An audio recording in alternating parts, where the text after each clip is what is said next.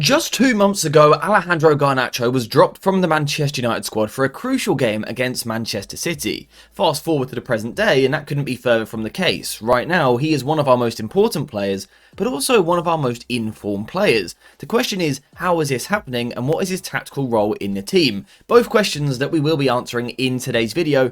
If first of all, though, you could please subscribe, that'd be amazing. So press subscribe, and then we'll get into the video.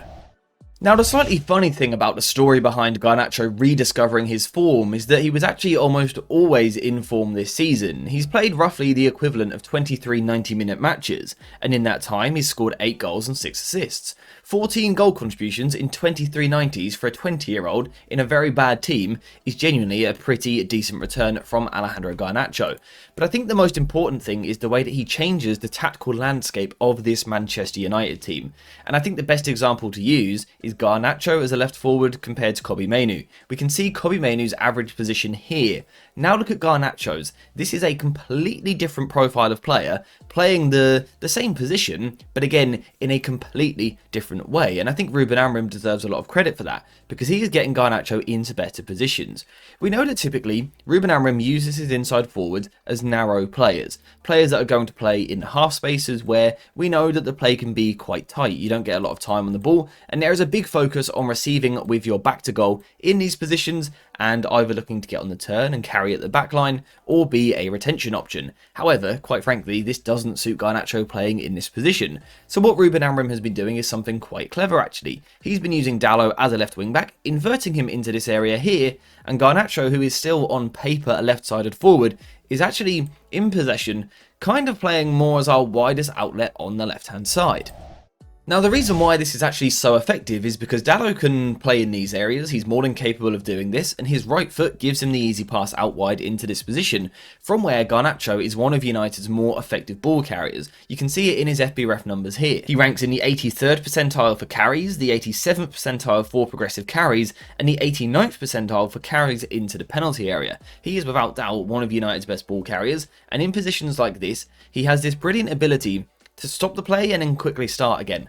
But as his first touch, he sort of slows himself down, he invites the opposition in, and then he just takes a quick touch to motor away. And he needs to do this because he isn't actually the quickest athlete in the world, so he does need this almost psychological head start. He needs this ability to move away from the defender, and over the past few weeks, this has been crucial to the way that United have been playing. We know that we are a team that often struggle to progress the ball, and particularly out wide, if it is Dalot on the left-hand side, he doesn't give us too much in terms of beating men on a regular basis, dribbling past people, carrying the ball forward over 30-40 yards. Garnacho, however, on the other hand, is doing this job very, very well. Now, one of the big benefits of using Garnacho in this way, as opposed to Dalot on the left-hand side, is something that I've spoken about a lot recently. Garnacho is a winger, not a fullback. So when he's getting into the final third, he's looking to take people on. That's something he's done his whole life. His whole life he has played as an attacker. He has thrived in being put into 1-versus-1 situations. Granted, his numbers in those positions still need a lot of work, and perhaps we'll come back onto that. But just generally speaking, he is used to being an attacking player, whereas Diogo Dalot isn't. And I think that's particularly important when you get right into the final third. So not just beating players in these deeper positions over here, but actually once you get into this area, United have this big problem in the team at the moment that pretty much everyone is right-footed. You can see that if you look through the players right now. There's only a couple of left-footed players in this team. Garnacho isn't one of them. Garnacho is still right-footed. But again, he is more used to trying to find a final pass with his weak foot. Someone like Dalot, being a fullback, would have spent most of his career on the right-hand side, and most of his end product work would have been with his right foot crossing into the box, and that's kind of all he knows how to do in the final third, really. Whereas for Garnacho, again being a winger, he is a player who is developing the traits of being able to go both ways, and I think particularly in recent weeks we have seen a player that of course can still receive the ball and come inside and shoot a goal and combine with people, but I think what we've seen particularly recently is that two-way threat. The ability to get towards the byline and actually play the ball with his weaker left foot. This was really on display in the last game against Leicester. Time and time again, Garnacho was getting into these positions here, and he was confident using the left foot. Does the final ball need a bit of work still? Yeah, it probably does, right? But what I like about this is it makes life so much more difficult for the defender when you can go both ways. You can see actually it happened for the goal for Joshua Zirkzee here. But it's particularly moments like this where, because the defender now knows Garnacho can go down the line, He's got a problem here, the defender. What way is Garnacho going to go? Is he going to cut inside onto his right foot, or is he going to go down the line on his left foot? And this is something that Garnacho really needed to add to his game, because actually, we've seen already, physically, 1 versus 1, he's not the best player in the world. If he's predictable and always goes the same direction, it's easy for opposition defenders to knock him off balance using their superior size. Garnacho struggles with that side of the game.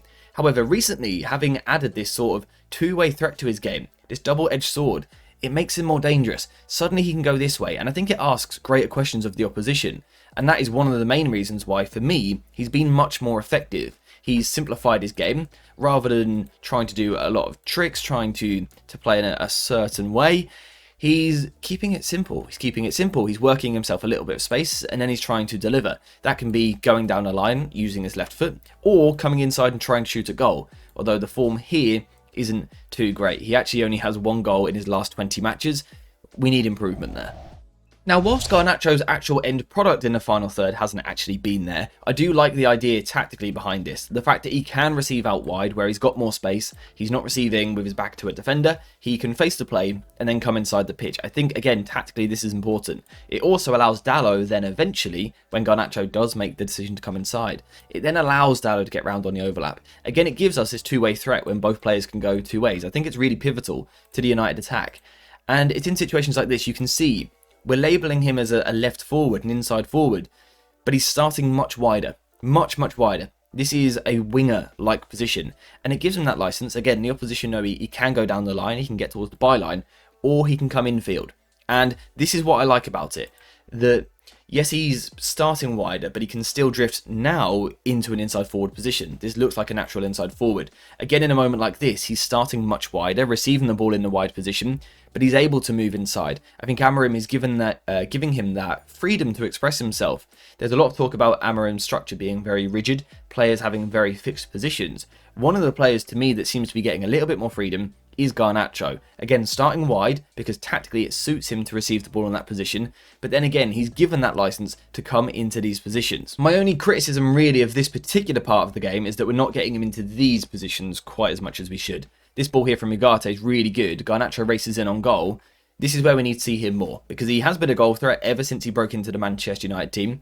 He is frustrating with his end product at times, but what you can't doubt is that he is dangerous. He sniffs out danger so well, his movement is really good. He always gets into fantastic positions.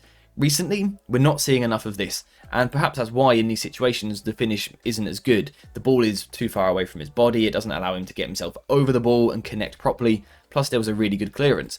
But I think this is something that we need to try and do on a more regular basis. Get Garnacho back into these goal-scoring positions. That would be almost the next challenge that I would set for Ruben Amorim. I think so far, he's done a really nice job. He has looked at Garnacho and gone, he's not a player to receive in the tight half spaces. So rather than forcing him to try and become that, which ultimately probably would have failed, he's making his life a little bit easier. He's putting a tactical rotation into the side. Garnacho's moving a little bit wider. And this is what we're talking about with good profiling. I think this is something which, with other players in the squad, Amorim has perhaps struggled with. You know, there's confusion over Kobbie Mainoo's best position. Where is Bruno Fernandes best? Mazraoui, is he a wing-back or a centre-back? I think there's been a lot of confusion so far since Amorim came into the club. And that happens when you move to more of this back three formation. But I do think Garnacho is the one player who he has really profiled well. And not only has he profiled him well, he's also been willing to make changes to his own system. If you guys watched a lot of Amorim at Sporting Lisbon, this isn't the way that they played. We didn't see such interchanges between the wing-back and the inside forward. This is very much Garnacho specific, which for me, Ruben Amorim deserves credit for. We need to see more of this moving forward. Can we see more players rotating in the final third? Because we can see the threat it creates. Every time we pick up the ball on the left-hand side, particularly when Garnacho and Dalot are on the pitch, this poor old right-back just doesn't know what to do. Because he doesn't know if Garnacho's going to drive at him and cut inside, or if Garnacho is going to drive to the byline, or if Dalot's going to overlap, or if Dalot's going to underlap.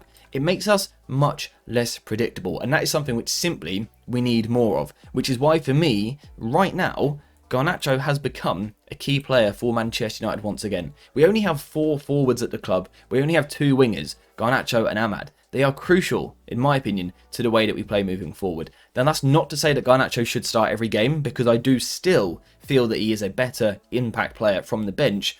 But realistically, with the squad we've got currently, he should start some more games as well. So hopefully we see that over the coming months. Hopefully his form can continue, and as a player he can develop further. But for now, we're just sort of going to have to wait and see what happens with his development. In terms of today's particular video, we've finished there. That is everything to discuss. Garnacho's form is good. Long may it continue. Thank you guys very much for watching. Hope you have enjoyed the video. And as always, I'll see you in the next one.